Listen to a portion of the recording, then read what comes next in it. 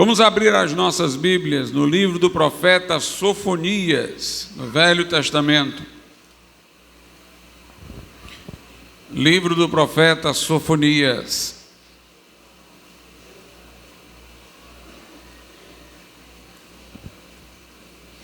Capítulo de número 3. Sofonias, capítulo de número 3.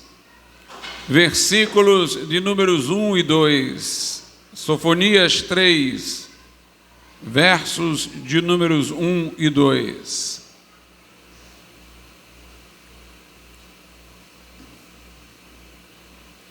Diz assim a palavra de Deus: ai da rebelde e contaminada, da cidade opressora, não obedeceu à sua voz, não aceitou o castigo, não confiou no Senhor, nem se aproximou do seu Deus. Podeis assentar. Esse é um pronunciamento de juízo, em específico sobre a cidade de Jerusalém. Se continuássemos a leitura, veremos que há reprovações, no versículo 3, para os príncipes, as autoridades seculares. Há repreensões para os profetas, chamados de profetas levianos, no verso de número 4. Há repreensões aos sacerdotes que profanavam o santuário. Portanto, se estava a falar da cidade de Jerusalém num momento de profunda decadência, onde todas as instâncias, todos os estamentos, havia contaminação, fosse o palácio do rei, fosse o lugar dos sacerdotes, e até os profetas eram profetas que estavam errando no caminho. O juízo, portanto, é pronunciado sobre a cidade. O livro de Sofonias é um livro forte em matéria de juízo de Deus. É o seu tema principal.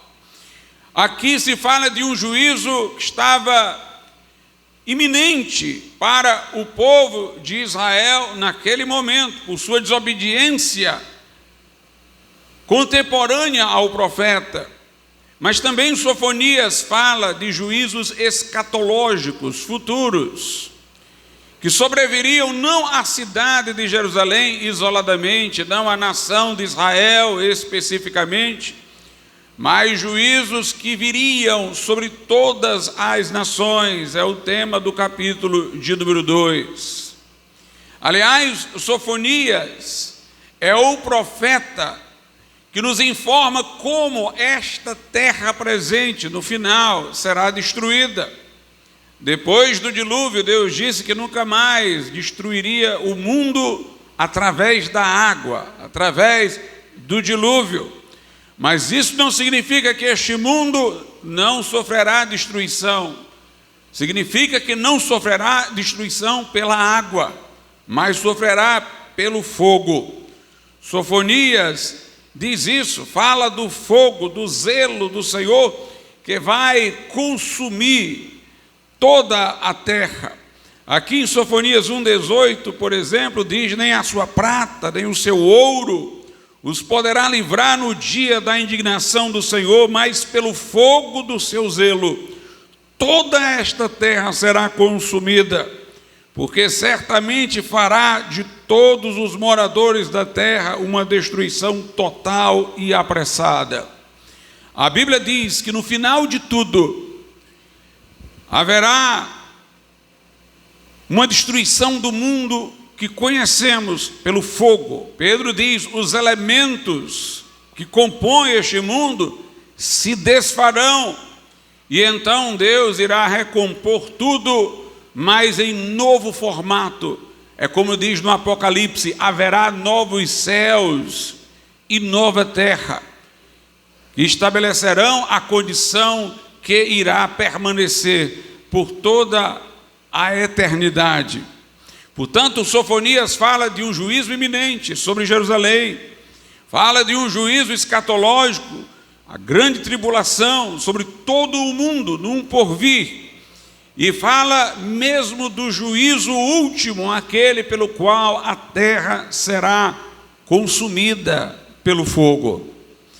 No livro do profeta Sofonias, nós encontramos até como responder apologeticamente a alguns que questionam a doutrina cristã. Por exemplo, em Sofonias 1, versos de números 2 e 3, diz assim: hei de consumir por completo tudo de sobre a terra, diz o Senhor. Consumirei os homens e os animais, consumirei as aves dos céus e os peixes do mar e os tropeços juntamente com os ímpios, e exterminarei os homens de sobre a terra, diz o Senhor. Há alguns que nos questionam, dizendo assim: se Deus é bom, porque Ele não extingue o mal que há no mundo? Porque Ele não faz desaparecer o mal que está no mundo? Por incrível que pareça, irmãos, a resposta para isso é a misericórdia de Deus. Porque se Deus fosse destruir o mal, teria que destruir onde o mal está localizado, nos seres humanos, na criação, sob maldição. Teria que destruir tudo. Nós, quando nos arrependemos de nossos pecados e confiamos em Jesus Cristo, segundo a promessa do Evangelho, temos a remissão de nossos pecados, somos justificados diante de Deus.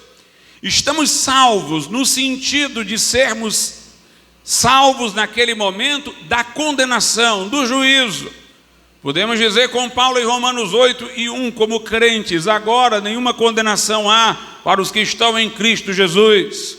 Podemos nos apoderar da promessa que Jesus fez quando disse: aquele que ouve a minha palavra, crê naquele que me enviou, tem a vida eterna, não entrará em condenação, mas passou da morte para a vida. Mas há uma distinção entre ser salvo da condenação e do juízo, algo de que um crente verdadeiro já está salvo. E a salvação no sentido de reabilitação de tudo aquilo que o pecado danificou. Em sentido amplo e até mais profundo, salvação não é meramente não ir para o inferno ou ir para o céu, mas é estar em condições celestiais, é estar com os danos que o pecado causou todos reparados. Estamos salvos de condenação, mas estamos ainda num processo. Fomos salvos do poder do pecado também quando aceitamos Jesus. Paulo disse: o pecado não terá domínio sobre vós, porque não estáis mais debaixo da lei, mas debaixo da graça, nascidos de novo, regenerados pelo poder do Evangelho, pela palavra viva do Evangelho. Nós agora andamos em novidade de vida, mas não somos perfeitos. Estamos num processo de santificação para sermos salvos da presença do pecado, embora ele não tenha mais poder sobre nós. Pelo engano, pela precipitação e imprudência, podemos cometê-lo, de maneira que estamos crescendo na habilidade de não tropeçar, através do discernimento espiritual, através de uma vida cada vez mais moldada por Cristo em nossa existência. E se morrermos, seremos salvos, imediatamente desassociados do corpo pelo qual estamos vinculados a Adão, porque nós participamos de Adão por carne e sangue, mas cada um de nós tem um espírito soprado por Deus, individual. Libertados da associação com Adão pelo corpo, nós, enquanto alma e espírito, vamos estar com Deus, livres do pecado, mas não na condição perfeita e desejável, porque algo nos falta, o corpo com que também fomos criados. Por isso, o estar com Deus até a ressurreição nós chamamos de estado intermediário. Paulo disse aos Filipenses: o meu desejo é partir e estar com Cristo, porque isto é muito melhor. Ele sabia que, ausente do corpo, estaria presente com o Senhor, e aquela era uma boa condição para ele estar, maravilhosa, mas não seria o seu ser por inteiro. Nós estamos, portanto, aguardando a ressurreição física, a ressurreição da carne. Isso se dará quando Jesus vier em glória para arrebatar a sua igreja, vier para a sua igreja para arrebatá-la. Na verdade, meus irmãos, naquele momento a trombeta vai soar e os mortos em Cristo ressuscitarão primeiro.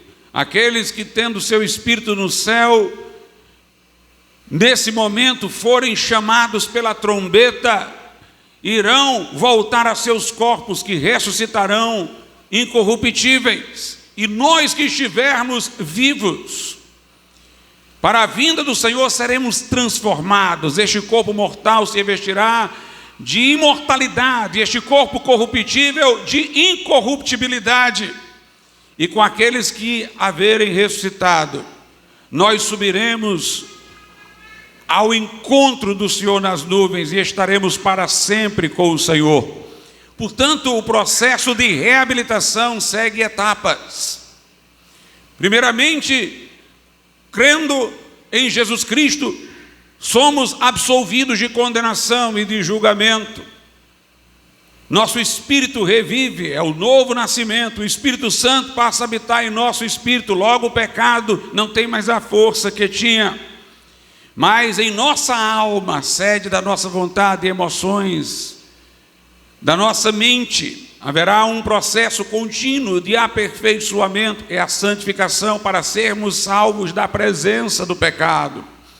E finalmente um dia o nosso corpo será salvo da corruptibilidade que, quando o pecado entrou do mundo, lhe trouxe. Então, se Deus fosse extinguir o mal neste momento, embora nós estejamos salvos do juízo, nós ainda temos uma natureza caída, que regramos pelo Espírito Santo em nós, mas nós ainda somos falíveis. Se Deus fosse destruir por inteiro o mal agora, até nós crentes, seríamos todos destruídos. Portanto, a graça, a benignidade, a paciência de Deus, a sua misericórdia, a sua longanimidade, faz com que Ele detenha a sua mão de juízo sobre este mundo, até que os remidos estejam inteiramente reabilitados, com um corpo glorificado. Longe de tudo isso, para que o mal que existe apenas nos que não creram, seja com eles destruído. É o que diz aqui o versículo, Sofonias 1. Vou repetir a leitura, versos 2 e 3. Hei de consumir por completo tudo de sobre a terra, diz o Senhor. Consumirei os homens e os animais, consumirei as aves do céu e os peixes do mar, e os tropeços juntamente com os ímpios. Não há como Deus destruir o mal sem destruir onde o mal está, nos homens. Portanto, Deus é longânimo para que mais pessoas se arrependam. Deus é longânimo para que termine em nós o processo de reabilitação, porque se sua destruição viesse agora, consumiria a todos nós. E diz o texto dos pecados da nação de Israel, versículo de número 4, vejamos os pecados que naquele momento estavam ofendendo tanto a Deus, que o levaram a enviar Sofonias com uma profecia, uma mensagem tão forte de juízo. Vamos ver alguns desses pecados.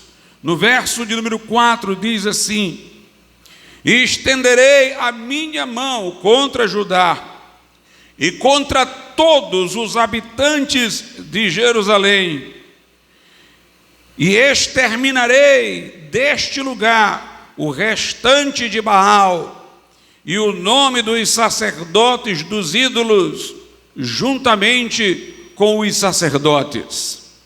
O primeiro pecado mencionado aqui pelo profeta era a idolatria, o culto a uma falsa divindade, a Baal, e os sacerdotes que estavam lá patrocinando este culto. Meus amados irmãos, há duas coisas relacionadas à idolatria no Decálogo, nos 10 mandamentos.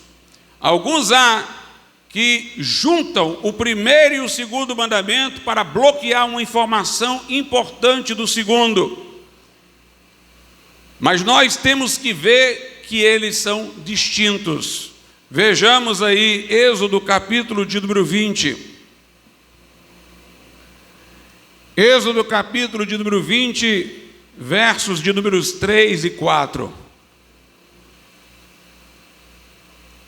Não terás outros deuses diante de mim, não farás para ti imagem de escultura, nem alguma semelhança do que há em cima dos céus, nem embaixo na terra, nem nas águas debaixo da terra. Note, tem um não no versículo 3, tem um não no versículo 4. São dois mandamentos distintos.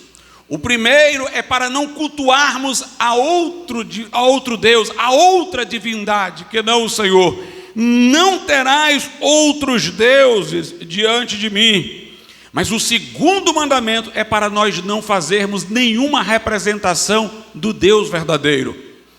Não farás para ti imagem de escultura, nem alguma semelhança do que há em cima nos céus, nem embaixo na terra, nem nas águas debaixo da terra.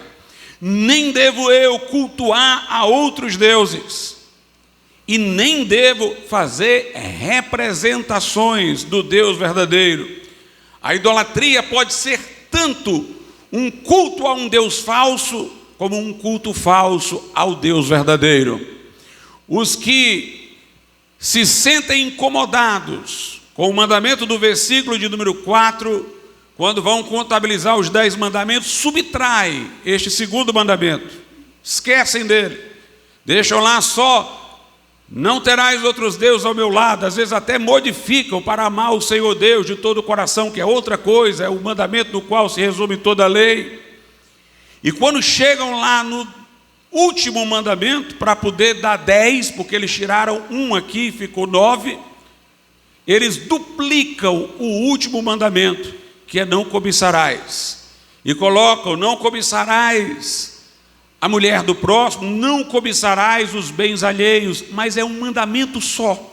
Veja lá no verso 17 como é um só mandamento. Êxodo 20: não cobiçarás a casa do teu próximo, é bem, ó.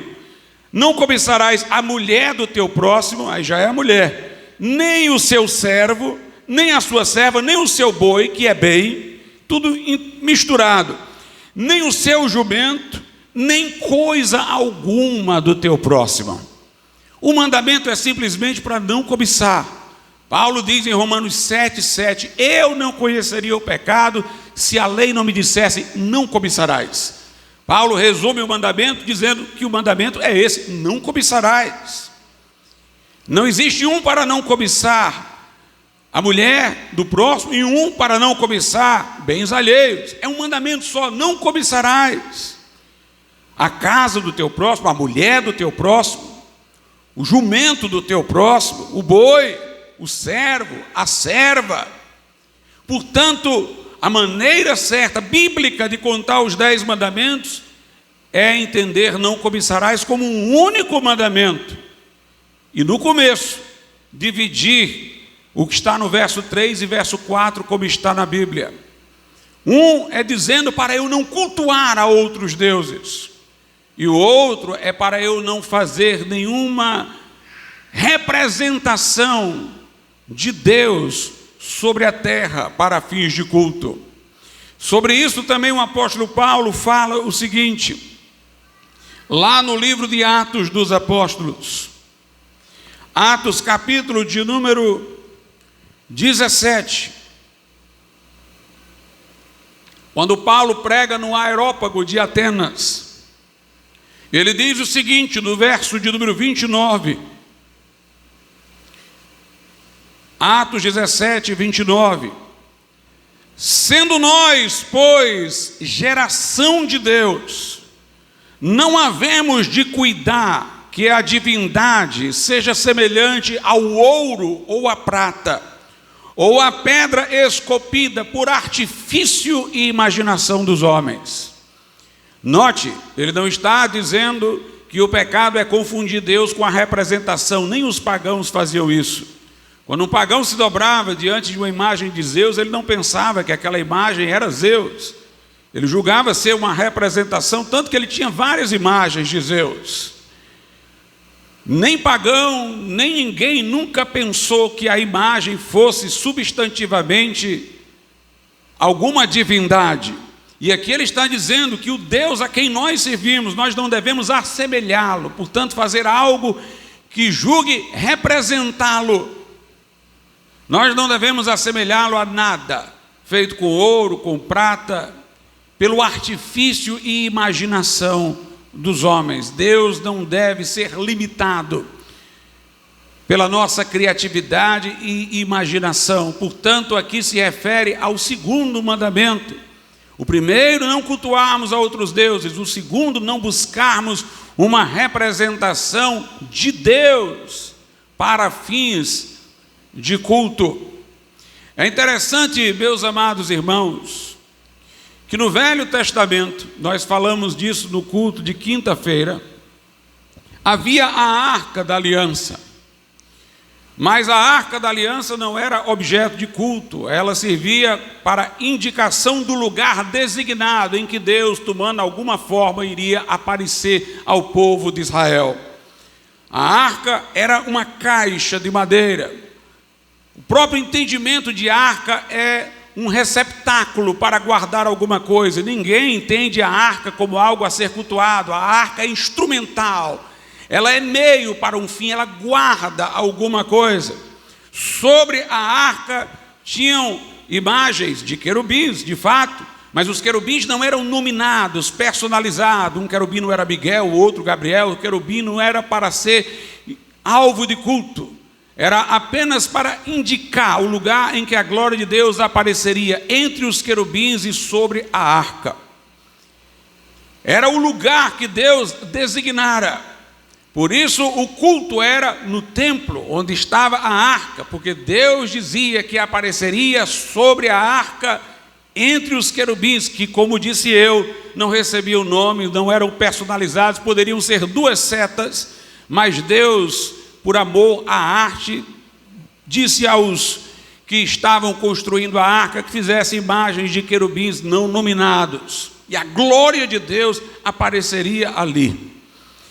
Por isso o culto era no templo, porque era o lugar em que Deus poderia aparecer na sua soberania e falar ao povo, porque ele indicara ser ali sobre a arca.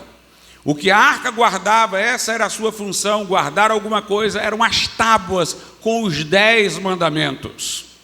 E quando Deus aparecia, em alguma forma, sobre a arca, entre os querubins, que por sinal, quando isso acontecia, ninguém via mais querubim nem arca, porque a glória de Deus, o resplendor da glória de Deus irradiava sobre tudo. Deus estava aparecendo sobre as tábuas que continham os 10 mandamentos, que estavam dentro da arca. O que Deus queria mostrar é que Ele está onde a sua palavra se encontra. Ele se manifesta onde sua palavra é levada a sério. Ele vem para onde está a sua palavra.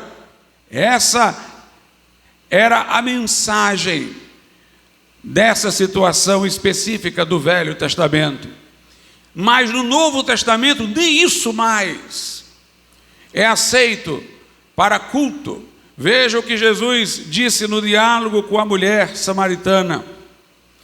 No Evangelho de João, no capítulo de número 4, Jesus dialoga com a mulher samaritana sobre o tema da adoração. João 4, a partir do verso 20, diz assim: a mulher que fala: Nossos pais, ela está dizendo para Jesus, os ancestrais dos samaritanos, adoraram neste monte, e vós dizeis que é em Jerusalém, por razões históricas. Aquele monte fora o lugar selecionado para os samaritanos adorar a Deus. Mas os judeus adoravam em Jerusalém, porque em Jerusalém estava o templo, porque em Jerusalém estava a arca da aliança, o lugar que Deus designara para se manifestar. Então ela está dizendo a Jesus: nossos pais adoraram neste monte. Vós, os judeus, porque Jesus era judeu, dizeis que é em Jerusalém o lugar onde se deve adorar. Disse-lhe Jesus: mulher, crê-me, que a hora vem em que nem neste monte, nem em Jerusalém adorareis o Pai. Eu vou parar por aqui, mas o que eu quero mostrar é que Jesus está dizendo que estava chegando uma dispensação, que é a da graça, aquela em que estamos, da igreja, em que a adoração vai alcançar um nível tão elevado de profundidade espiritual, que ela não vai se vincular mais a lugares. Deus não vai vincular-se a lugares para se manifestar. Então ele diz: é chegada a hora, crê-me, em que se deve adorar, não nesse monte, não em Jerusalém, não no lugar específico. E ele diz no verso de número 22, vós adorais o que não sabeis, nós adoramos o que sabemos, porque a salvação vem dos judeus. É interessante, irmãos, esta expressão de Jesus: a salvação vem dos judeus. A igreja romana na Idade Média, através de um de seus papas, disse que fora de Roma não havia salvação. Mas Jesus aqui está dizendo que a salvação sequer vem da igreja, a salvação vem dos judeus. É o que ele está dizendo. Por quê? Porque a promessa foi feita a Abraão, Isaque e Jacó. Porque Jesus veio da linhagem de Davi. Foi por meio da fidelidade a Abraão, Isaque e Jacó que veio salvação a nós. As escrituras não vieram da igreja cristã. As escrituras vieram dos judeus. Romanos 3 diz que aos judeus foram confiados os oráculos de Deus, as palavras de Deus. O Velho Testamento veio dos judeus e, pasmem, o Novo também. Porque o Novo Testamento foi escrito pelos apóstolos ou por pessoas mentoreadas pelos apóstolos. Mas a revelação que eles tiveram, que depois escreveram, eles receberam no tempo de convívio com Jesus. Portanto, antes de sua morte e ressurreição, antes de se estabelecer a igreja, quando ainda vigorava o pacto de Deus com Israel, porque Israel ainda não tinha rejeitado a Cristo. Portanto, aquilo que foi escrito depois, mas o depósito da revelação dado aos apóstolos lhes foi dado antes do surgimento da igreja, quando eles eram judeus convertidos, mas ainda não havia a igreja cristã. A salvação vem dos judeus, é o que Jesus está dizendo. E no versículo 23 ele diz: mas a hora vem, e agora é, em que os verdadeiros adoradores adorarão o Pai em espírito e em verdade, ou seja, sem nenhum estímulo visual. Agora a adoração não tem estímulo visual, nem a arca tem como lugar designado para Deus aparecer, nem o templo. Aqui é dito que nós devemos adorar a Deus em verdade, ou seja, segundo a sua palavra, e em espírito, porque o Pai procura tais que assim o adorem. E veja o verso 24: Deus é espírito, e importa que os que o adoram, o adorem em espírito e em verdade. Ou seja, Deus em sua natureza não é físico, Deus é espírito. E Jesus está dizendo: é chegada a hora em que as muletas devem cair.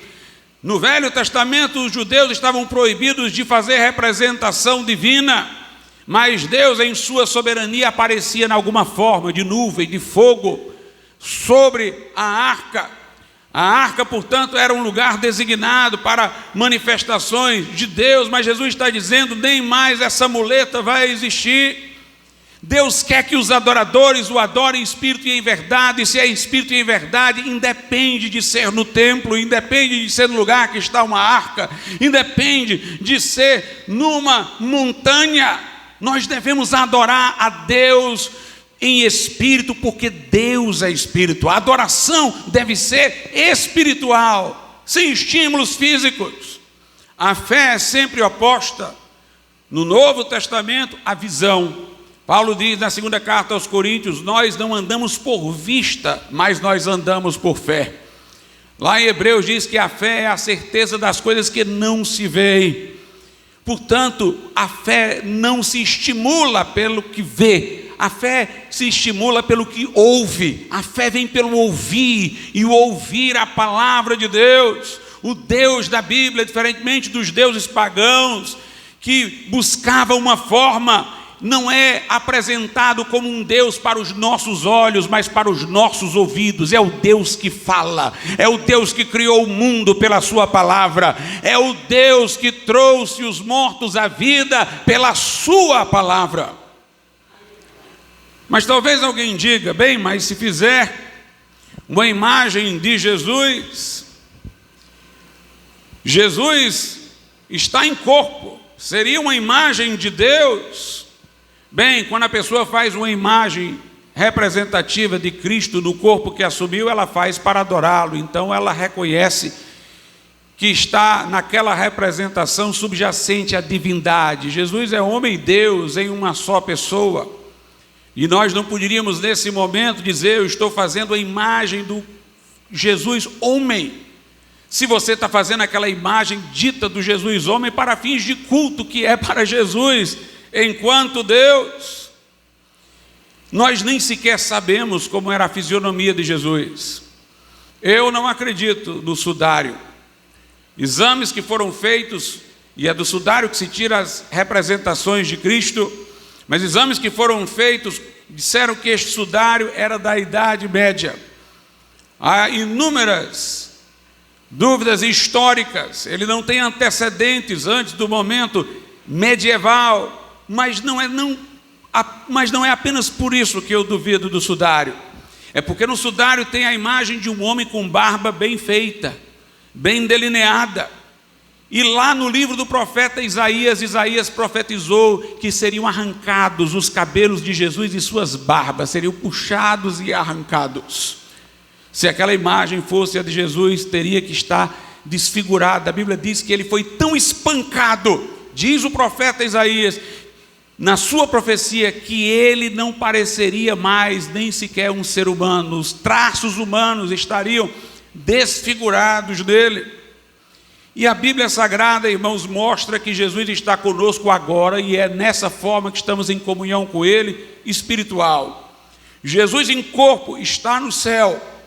Jesus está entre nós pelo seu Espírito. É assim que ele disse, eis que estou convosco todos os dias, até a consumação dos séculos. Em 2 Coríntios 5,16, diz assim, assim, daqui por diante a ninguém conhecemos segundo a carne. E ainda que também tenhamos conhecido Cristo segundo a carne, contudo agora já não o conhecemos desse modo.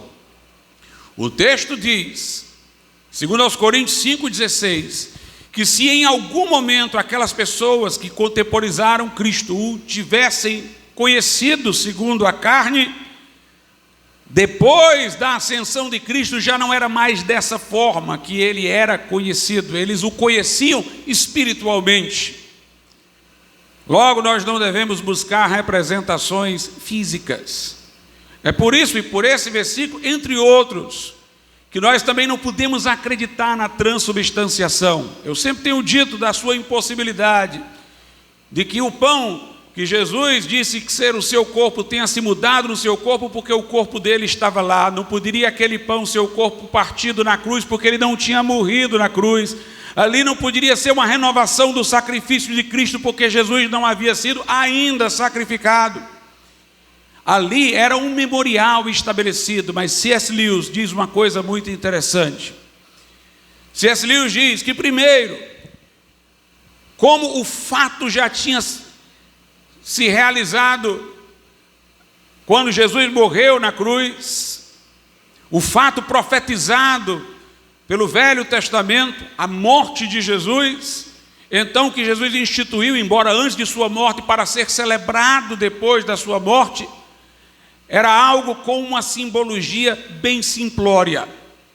Enquanto que o judeu no Velho Testamento, para que tivesse uma boa visualização do sacrifício de Cristo, tinha um cordeiro, um animal vivo, que era acutelado sobre um altar, sangue era derramado, era uma representação muito mais vívida. Agora, no Novo Testamento, a representação simbólica, comemorativa, não prefigurativa como a do Velho Testamento, que nos ficou é bem simples. É um pão e um vinho. Lewis diz, Jesus escolheu coisas bem elementares para que ninguém tivesse a superstição de achar que ali seria Jesus de fato. Ele foi atrás de coisas simples. E Lewis diz uma coisa também muito interessante. Ele diz, o destaque na ceia que Jesus instituiu não está nos elementos estaticamente considerados, mas no movimento. Jesus pegou o pão e partiu, tinha um movimento, e ele disse, isto é o meu corpo partido. O que ele queria não era que nós nos fixássemos no pão, mas que nós nos fixássemos na cena de o pão ser partido, para memorizarmos o corpo de Jesus Cristo sendo traspassado pelas nossas transgressões. O principal elemento simbólico da ceia é o elemento móvel, dinâmico. Jesus disse que aqueles vinho era o sangue que ele derramaria na cruz. Isso fica dinamicamente representado quando nós bebemos o cálice, derramamos o cálice dentro da nossa boca. Portanto, a ênfase na simbologia não era no pão para ficar como um elemento de adoração, de veneração, mas no movimento do partir, para que nós estivéssemos visualizando uma representação de seu corpo partido, no beber do cálice, para nós trazermos à imaginação o seu sangue sendo derramado por nós. E Jesus disse ser um memorial quando falou, fazei isso em memória de mim. Ali nós não temos uma relação física com o corpo de Jesus, porque o texto diz, se conhecemos Jesus segundo a carne, agora não é desta forma que nós o conhecemos. Portanto, meus amados irmãos, nós temos que evitar a idolatria nas duas formas.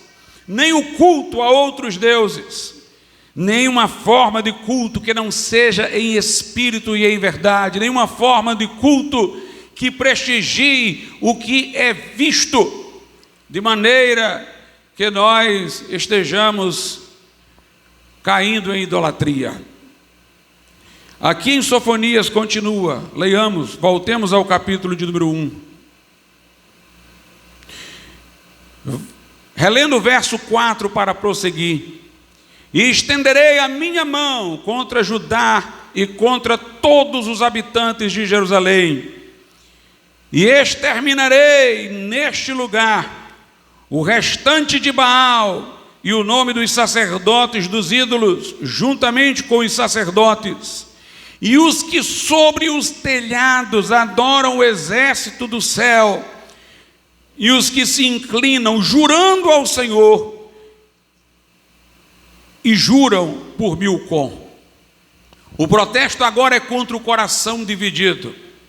Havia aqueles que estavam indo ao templo de Deus para cultuar o Deus verdadeiro, mas eles também cultuavam deuses falsos, juravam pelo Senhor, mas também juravam por Milcom. Nós não podemos, irmãos, dividir o culto que é devido a Deus com qualquer outra entidade. Não adianta nós dizermos que servimos a Deus e a Jesus Cristo se nós oferecemos veneração a outros deuses.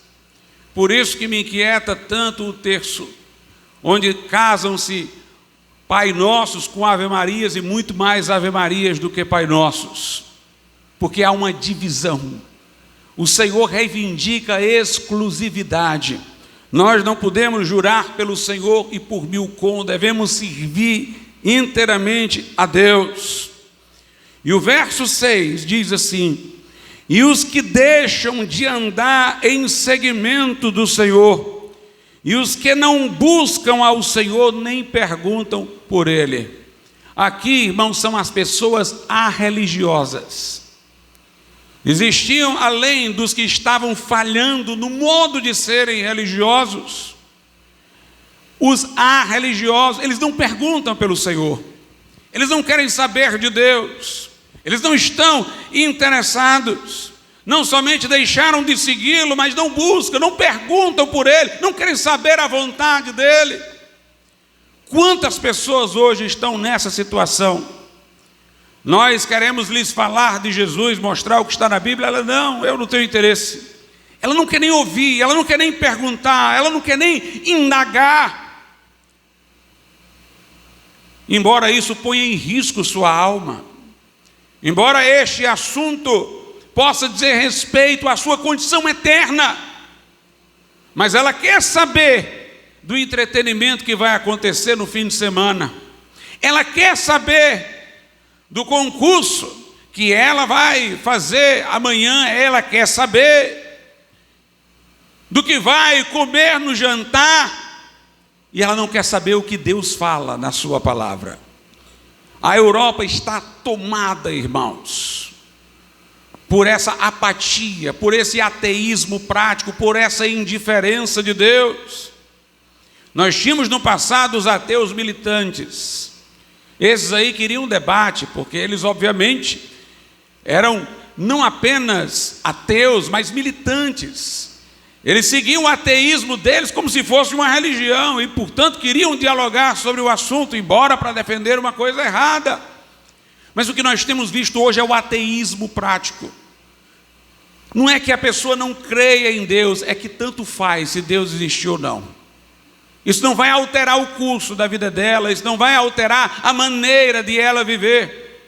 Como nada é novo debaixo do sol, entre os epicureus gregos havia essa visão. Os epicureus diziam que todo ser deve buscar a felicidade, que o homem deve buscar a felicidade, e que Deus é o ser perfeitamente feliz. E sendo perfeitamente feliz, Deus é indiferente aos nossos assuntos, porque Deus não vai sair da sua plena satisfação para vir se preocupar com as nossas dificuldades.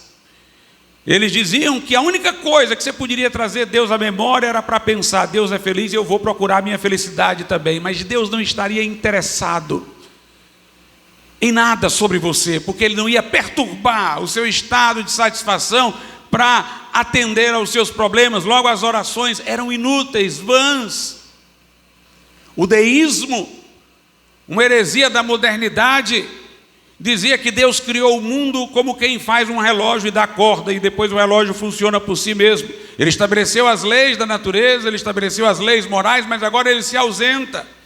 E eles não acreditavam na providência especial, Deus agir no mundo de maneira miraculosa, não acreditavam em milagres, na encarnação de Cristo. Havia um Deus, mas um Deus totalmente ausente da história humana, da situação humana, das angústias humanas.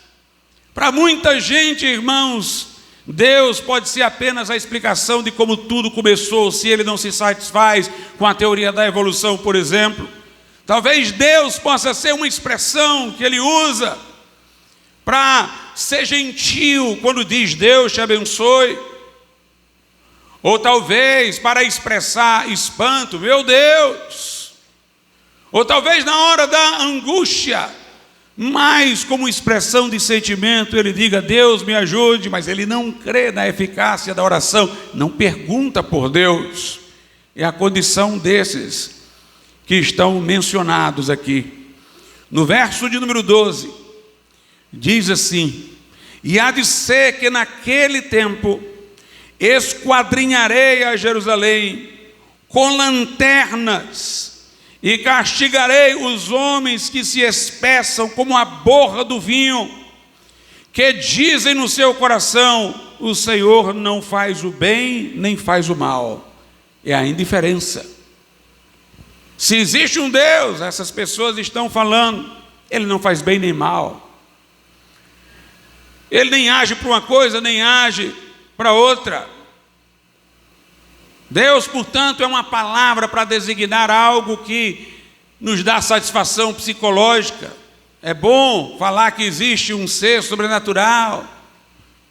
Deus é alguém que, portanto, não vai interferir no curso da nossa história, e logo eu não preciso perguntar por Ele. Ele não faz bem nem mal. É o que essas pessoas dizem. E agora vamos ao que o profeta fala no texto que nós lemos no início. Capítulo 3, versos 1 e 2. Ai da rebelde contaminada, da cidade opressora, não obedeceu à sua voz, não aceitou o castigo, não confiou no Senhor, nem se aproximou do seu Deus. Não sei se os irmãos percebem, mas aqui está desenhado todo o caminho da salvação. Quando ele diz que a cidade não obedeceu à voz de Deus, quer dizer, não atendeu à palavra do Senhor. A salvação é oferecida pela palavra de Deus. A primeira coisa é atender ao que Deus fala, é atender ao que Deus está dizendo. A fé vem pelo ouvir, ouvir a palavra de Deus. O homem indiferente tem que parar e ouvir. O homem que tem a sua religião consistente no ver, no pegar, na representação, ele tem que abandonar essa forma de buscar a Deus pelos sentidos, tateando, e começar a ouvir a palavra de Deus. A fé vem pelo ouvir e ouvir a palavra de Deus. Este povo começou a errar por não atender a palavra de Deus, a voz de Deus.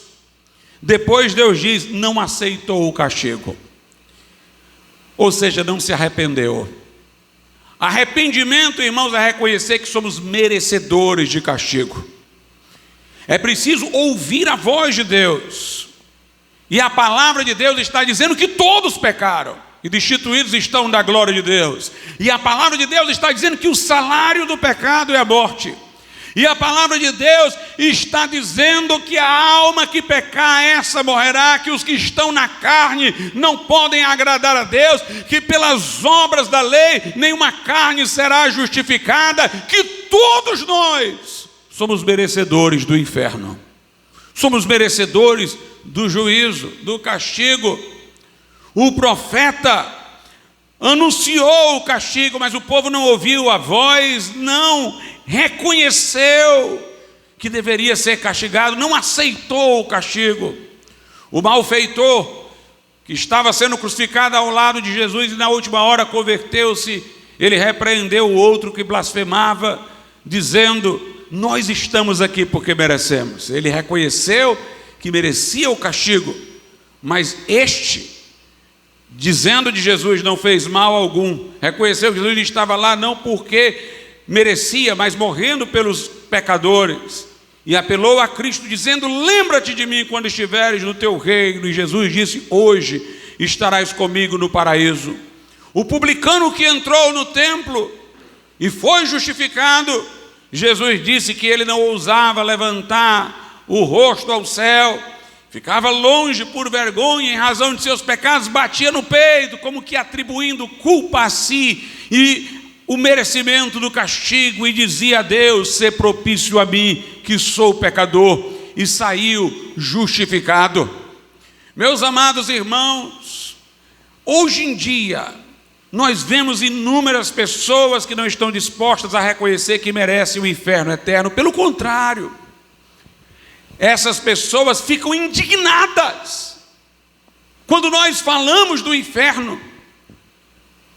Ficam dizendo como Deus pode jogar uma pessoa numa situação eterna de condenação. Pois eu vos digo que o meu espanto é o contrário. Como nós, tão pecadores, podemos chegar no céu.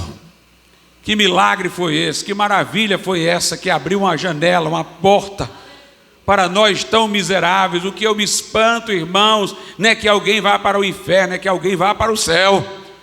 O que eu me espanto é que Deus amou o mundo de tal maneira que deu o seu Filho unigênito, para que todo que nele crê não pereça, mas tenha a vida eterna.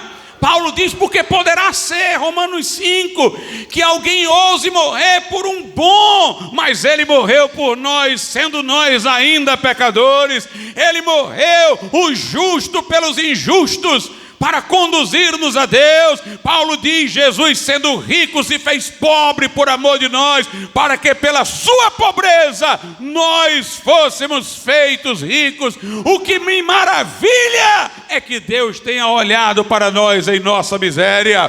O que espanta o salmista é isso, quando ele diz que é o homem para que te lembres dele, que é o homem para que tu o visites, quando ele diz que darei eu ao Senhor por todos os seus benefícios. Meus amados irmãos, isso é que é glorioso. Glorioso é Paulo dizer, Jesus veio para salvar os pecadores, dos quais eu sou o principal. Nós estávamos mortos em delitos e pecados, fazendo a vontade da carne e dos pensamentos, andando no espírito da desobediência, segundo o príncipe das potestades do ar, que é Satanás, diz lá em Efésios 2. Mas Deus, pela sua grande misericórdia, pelo muito amor com que nos amou, nos deu vida juntamente com Cristo. Isso é que é, meus irmãos, a boa notícia. Mas os homens hoje não conseguem ver boa notícia no Evangelho, porque eles se surpreendem de que alguém possa ir para o inferno, porque eles não têm a consciência do pecado. Por isso que a conversão é algo sobrenatural. O Espírito Santo, irmãos, opera por essa palavra e faz dela o seu instrumento. Ele é a espada do Espírito. É Ele que convence, o Espírito Santo, como disse Jesus, o Consolador, do pecado, da justiça e do juízo. É Ele que contrista o homem segundo Deus para conduzi-lo ao arrependimento. E nós vivemos hoje numa geração arrogante, numa geração que vitimiza os que são transgressores, que justifica criminosos, que quer desencarceramento, uma geração que não sabe o que é a necessidade de pena e castigo, que todo mundo que fez errado é porque foi vítima, é porque tem problemas. Os pecados são questões de psiquiatra e não questão de arrependimento. Mas na contramão de tudo isso, nós estamos aqui para dizer que o pecado continua sendo pecado e que a transgressão traz juízo e condenação ao homem, e não há outro remédio senão aquele que o Evangelho proclama: Cristo e este crucificado. Cristo e este crucificado. É preciso aceitar o castigo, é preciso reconhecer a culpa, é preciso reconhecer que sem Jesus o que virá é eterno, é inferno eterno. Jesus foi quem mais falou do inferno, não foi Paulo, não foi um profeta do Velho Testamento, não foi Moisés que deu a lei, foi Jesus. Ele é que falou no inferno como trevas exteriores, lugar onde há choro e ranger de dentes, lugar onde o bicho não morre, lugar de fogo eterno, de fogo ardente. Foi Jesus que falou. E meus irmãos, foi o Jesus que curou os leprosos, foi o Jesus que deu vista aos cegos, foi o Jesus que acolheu os que estavam jogados na sarjeta, mas ele falou a verdade sobre a condenação e o juízo. É preciso a pessoa ser convencida do pecado, da justiça que ela não tem por suas obras e do juízo que ela merece. Como diz lá em Hebreus, é preciso que ela sinta os poderes do mundo vindouro, ela sinta o castigo vindouro, já atribulando agora a sua alma. Quando Paulo foi chamado por Félix e queria saber mais sobre o Evangelho, na verdade era que Paulo lhe oferecesse dinheiro para soltá-lo. Paulo lhe falou do domínio próprio, da justiça, do juízo vindouro. E Félix estremeceu e disse: sai daqui, depois a gente conversa. Porque o Espírito Santo operou, e aquele homem sentiu os poderes do mundo vindouro. Meus irmãos, nós estamos precisando de um avivamento para que este mundo de agora sinta os poderes do mundo vindouro. Ah, meus irmãos, como eu estou inquieto, lendo as histórias do século XVIII, quando John Wesley, George Whitefield pregavam e pessoas gritavam, agonizando pelos seus pecados, pedindo a Deus por misericórdia. Numa Inglaterra tomada pelo iluminismo, aqueles dois irmãos, John e Charles Wesley, junto com George Whitefield, começaram a pregar na contramão. Até as igrejas anglicanas não suportavam a mensagem deles, elas estavam tão sofisticadas, tão refinadas na linguagem, estavam tão ponderantes na comunicação sobre determinados assuntos, que elas não podiam suportar aqueles homens bradando no púlpito e apontando o dedo para a audiência: vocês são pecadores, vocês têm que nascer de novo para entrar no reino dos céus, vocês têm que se arrepender dos pecados, senão vai para o inferno. E meus amados irmãos, os púlpitos foram negados a eles, eles foram para o meio da rua e Deus abençoou. Milhares de pessoas se reuniam para ouvi-los e ali pessoas agonizavam. Houve pregação de George Whitefield, que ele tinha que parar de pregar e sair de um em um no meio de uma multidão de milhares de pessoas, vendo os que gritavam por misericórdia, para no ouvido deles falar que Jesus Cristo estava ali para salvá-los. E de repente gritos de pavor se transformavam em gritos de júbilo, porque aquelas pessoas estavam encontrando paz com Deus por nosso Senhor Jesus Cristo. Jonathan Edwards, na mesma época, nos Estados Unidos, pregou o sermão Pecadores nas mãos de um Deus irado. A multidão ficou tão impressionada com a mensagem que as pessoas viam o inferno debaixo de seus pés, se agarravam às colunas, aos bancos, pensando que iam cair lá embaixo, e houve inúmeras conversões. Nós precisamos do poder de Deus, porque se a pessoa não der atenção à palavra, se ela não admitir o castigo, se ela não reconhecer o seu pecado, se ela não se arrepender, nunca achará salvação. Diz aí então o verso 2: não obedeceu à sua voz, não aceitou o castigo, não confiou no Senhor, nem se aproximou do seu Deus. Vê-se que desde lá para cá sempre foi o mesmo caminho: salvação pela fé. Ouvir a voz, a palavra, reconhecer que é merecedor do castigo, aceitar o castigo e confiar no Senhor, se aproximando dele. E se aproximar do Senhor com fé. É interessante, meus irmãos, essas duas informações casadas, de confiar, que é crer, e se aproximar. Porque tem gente que pensa às vezes em fé como um acreditar, no sentido que nós usamos essa palavra em português, dar crédito a alguma informação. Mas a fé salvadora é um confiar. Você não confia numa informação no sentido estrito, pode falar assim, mas não é bem próprio. Você confia numa pessoa, você confia em alguém, confia talvez em quem dá a informação.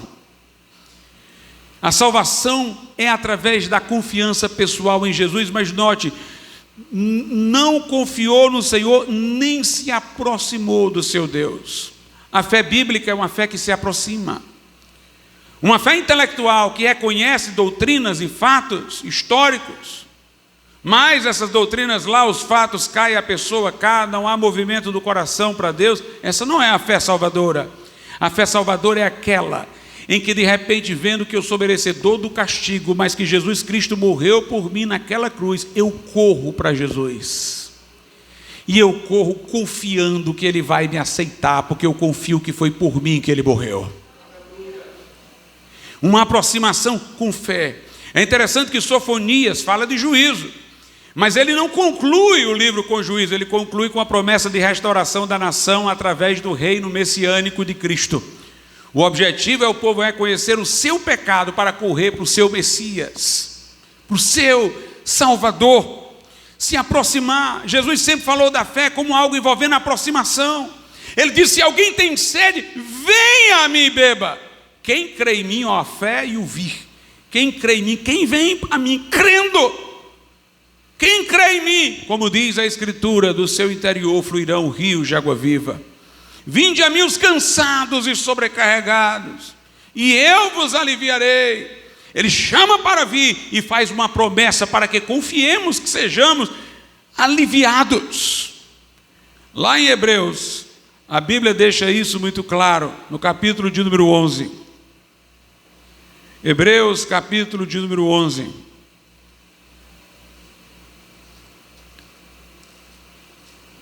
Diz assim a palavra de Deus, versículo de número 6.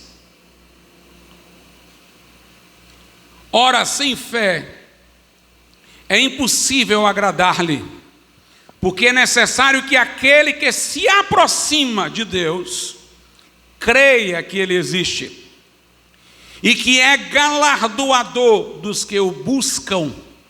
Note, quando ele vai explicar sobre fé, duas palavras aparecem: se aproximar e buscar. Sem fé é impossível agradar a Deus, porque a fé é para aquele que se aproxima. Porque é necessário que aquele que se aproxima de Deus creia que Ele existe e é galardoador dos que o buscam. Quando a Bíblia diz sem fé é impossível agradar a Deus, a Bíblia não quer dizer que a nossa fé em si agrada a Deus. Lá em Romanos 8 diz: os que estão na carne não podem agradar a Deus. Não há nada que façamos que agrade a Deus. Nossas justiças, nossas obras são como trapos da imundície, não podem merecer a salvação. E nem nossa fé em si merece qualquer coisa de Deus. Porque uma fé colocada no lugar errado não tem valor nenhum diante de Deus. Se eu creio num ídolo, se eu creio num Deus falso, essa fé não vale. A fé não vale por ela vale por aquele em quem ela está posta. Quando diz aqui sem fé, e obviamente é a fé bíblica, é impossível agradar a Deus, não quer dizer que nós podemos agradar a Deus com a fé, mas quer dizer que aquele em quem está posta a nossa fé pode nos tornar agradáveis a Deus. Não é a fé que é meritória.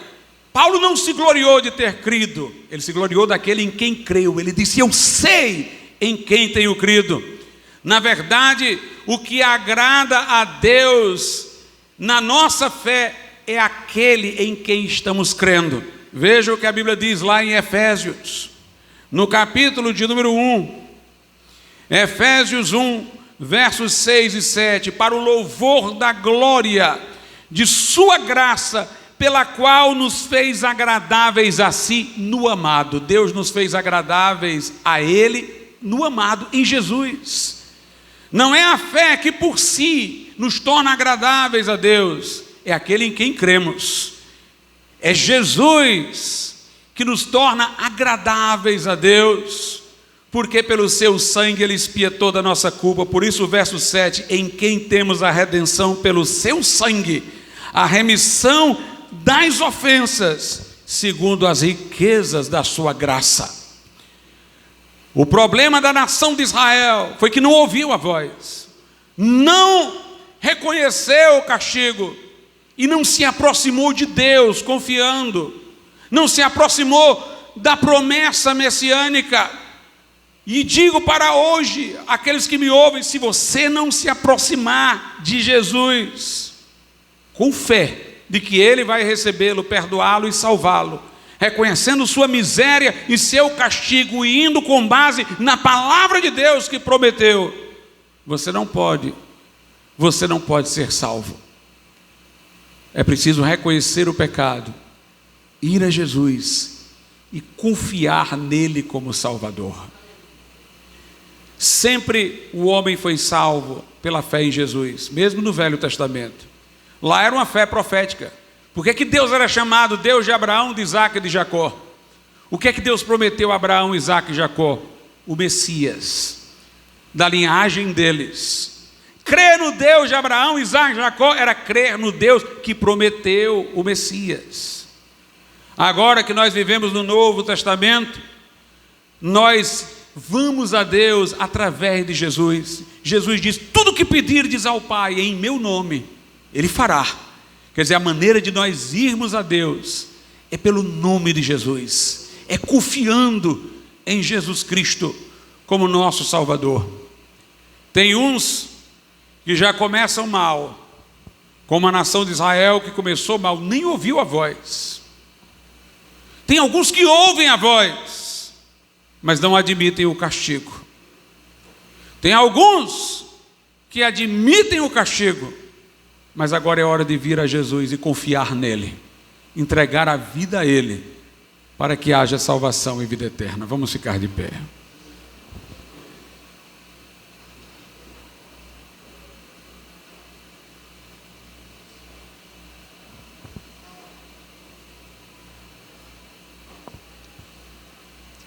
Soberano e altíssimo Deus, nosso Pai, nós te louvamos, ó Deus, pela tua palavra, que abre a nossa mente, que mostra o caminho, que esclarece os nossos corações.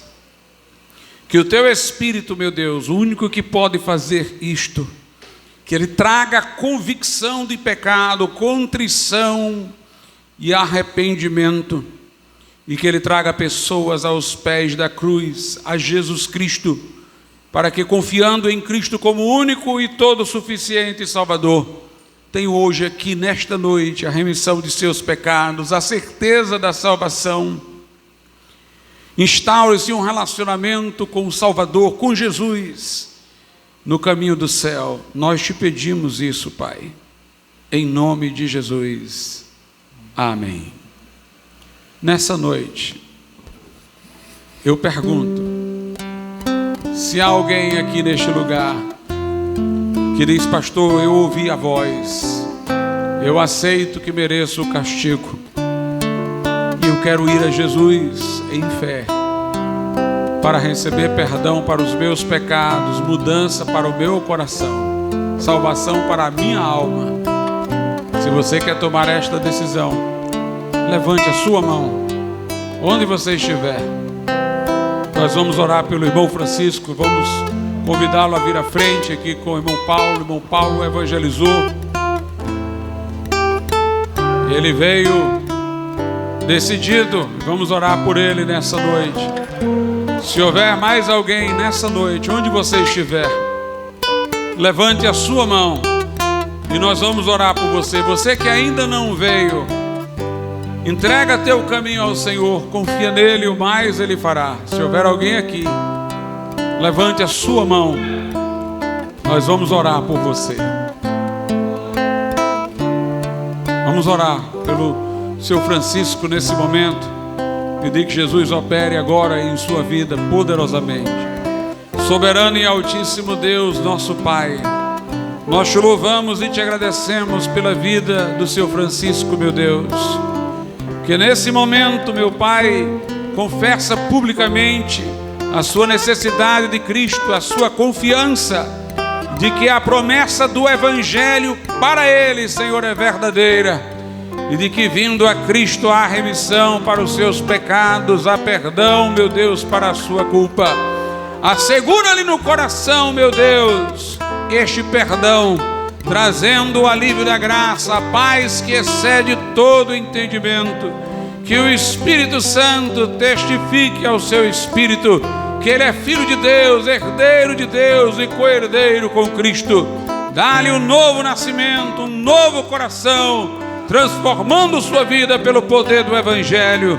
Guia a sua caminhada, meu Deus, orienta o seu caminho, dá aquilo de que ele necessita, e ser para ele, Senhor, o amigo mais chegado que o irmão. Nós te pedimos estas coisas, agradecidos, em nome do Senhor Jesus.